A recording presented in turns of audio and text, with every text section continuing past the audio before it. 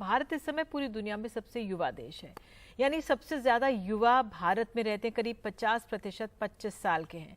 लेकिन जनसांख्यिकीय बदलाव के कारण भारत में बुजुर्गों की संख्या भी तेजी से बढ़ती जा रही है, यानी आने वाले दशकों में भारत तेजी से बुजुर्ग होते समाज में बदलेगा।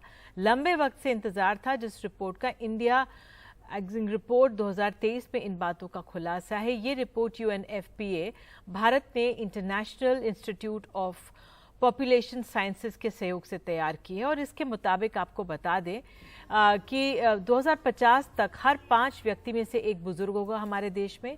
सदी के अंत में कुल आबादी के 36% बुजुर्ग होंगे। अभी कुल आबादी 10.1% ही हिस्सा जो हमारी आबादी का बुजुर्ग है। और कारण क्या बताए जा रहे हैं? घटती प्रजनन संख्या है। बीते एक दशक में प्रजनन क्षमता में 20% की गिरावट आई है। मृत्यु दर में कमी आई है। आयु लंबी हो रही है।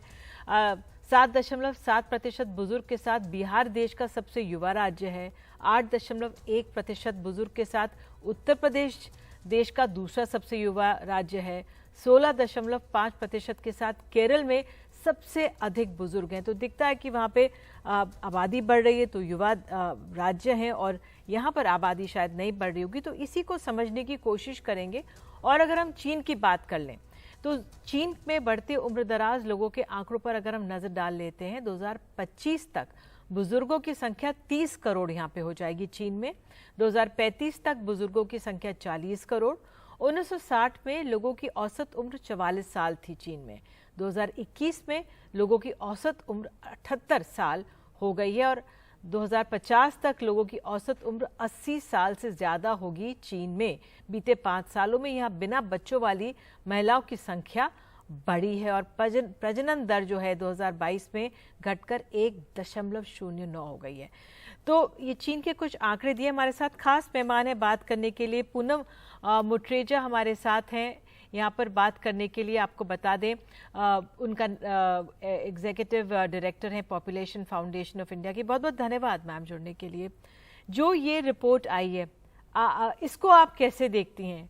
एक तरफ हमारे बुजुर्ग मान्य हैं, उनकी ज़रूरत है, हमें उनके लिए भी बहुत कुछ करना है, लेकिन एक बुजुर्ग देश होने के नाते अगर हम 2050 तक आएंगे, किन किन बातों का हमें ख्याल रखना होगा?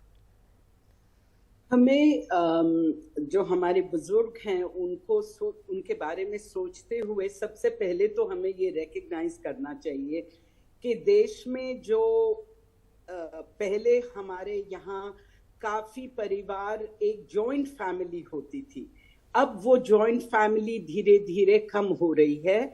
इनफैक्ट मैं तो कहूंगी एज फार एज यंग लोग हैं वो कम ही अपने परिवार के साथ रह रहे हैं।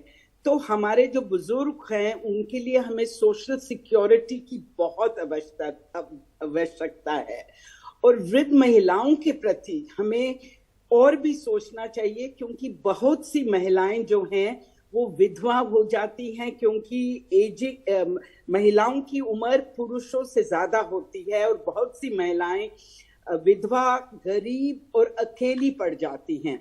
दूसरा जो ये एजिंग प्रॉब्लम है ये ज्यादा गांव में है जहां बहुत कम स्वास्थ्य और इनकम अपॉर्चुनिटीज बहुत कम है।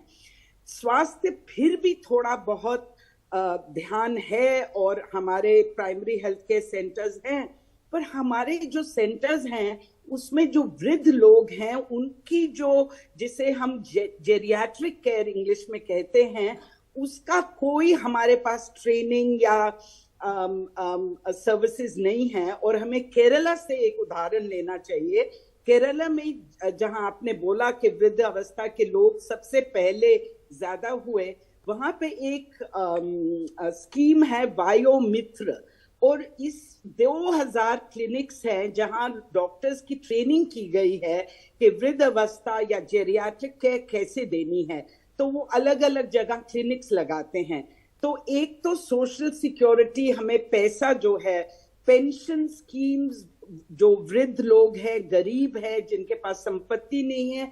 देखिए 90% लोग हमारे देश में इनफॉर्मल सेक्टर में है। इसका मतलब उनके पास कोई हेल्थ सिक्योरिटी, पेंशन कुछ नहीं है। बहुत ही मुश्किल है। बिल्कुल, ये आप सही कह रही हैं कि हमें इंफ्रास्ट्रक्चर अपने बुजुर्गों के लिए बढ़ाना है, उनकी बेहतरी के लिए काम करना है, बहुत ज़रूरी है, खास तौर से ग्रामीण इलाकों में। दूसरी तरफ एक इसका पहलू है नीति को लेकर, पॉलिसी को लेकर। हमने देखा चीन वगैरह में किस तरह से पॉपुलेशन कंट्रोल हुआ, हमारे देश में भी जिस तरह से नीति है, उसमें किस तरह का बदलाव या उसके बारे में क्या सोच है?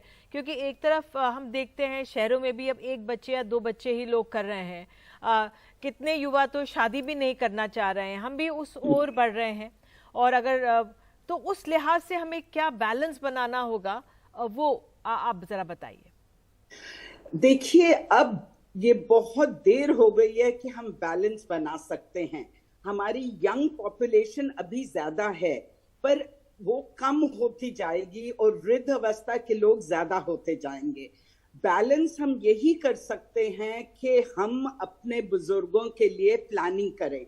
हमारे पास समय है, और कुछ प्रांत जैसे यूपी, बिहार, मध्य प्रदेश, नॉर्दर्न जो स्टेट्स हैं, वहां पे अंतर है। वहां पे अभी हमारे पास समय है, जब अब ज्यादा यंग लोग हैं और ऊपर आगे बढ़ेंगे वृद्ध, तो उनके लिए हम प्लानिंग अभी से शुरू करें। डे केयर्स बनाएं, जो स्वास्थ्य केंद्र हैं उनको ओरिएंटेशन दे के और वृद्ध अवस्था के लोगों की कैसे ध्यान रखना है। और हमें सिर्फ शारीरिक नहीं, मनोवैज्ञानिक और सामाजिक जो उनकी आवश्यकताएं हैं उनको पूरा करने के लिए कार्यक्रम बढ़ाने होंगे। अभी तक जो गवर्नमेंट की पॉलिसी है 1999 की वृद्ध अवस्था के लिए, उसमें सिर्फ ये कहा जा रहा है कि परिवार अपने वृद्ध अवस्था के लोगों की केयर करे, और नौजवानों को भी कहा जा रहा है। पर ये मेरे हिसाब से मुमकिन नहीं है कि हम लोगों का इकोनॉमिक, सोशल बिहेवियर बदल सकते हैं। देखिए, माइग्रेशन कितनी है हमारे देश में ऑलरेडी, और स्पेशली जो गरीब प्रांत है वहां से माइग्रेशन होता है। तो इसलिए ये जिम्मेदारी समाज को तो जरूर लेनी चाहिए, परिवारों को लेनी चाहिए। हमें उनको प्रोत्साहित करना चाहिए कि अपने बुजुर्गों का ध्यान रखें, पर हमें हमारी सरकार को नीतियां बनानी पड़ेंगी। ये समय आ गया है कि हमें एडजस्ट करना होगा कि हम फाइनेंशियल सिक्योरिटी, हेल्थ सिक्योरिटी, और जैसे हम अन्य देशों में देखते हैं, अब देखते हैं कि यंग लोग वॉलंटियर करते हैं। हमें एक स्पिरिट, एक अवेयरनेस करनी होगी हमारे लोगों में कि देखिए, हमारे देश में वृद्ध लोग ज्यादा होंगे और हमारा फर्ज बनता है, सिर्फ बच्चों का नहीं, एज स्पेशली सिटीजन्स, कि हम लोगों की परवाह करें। बिल्कुल।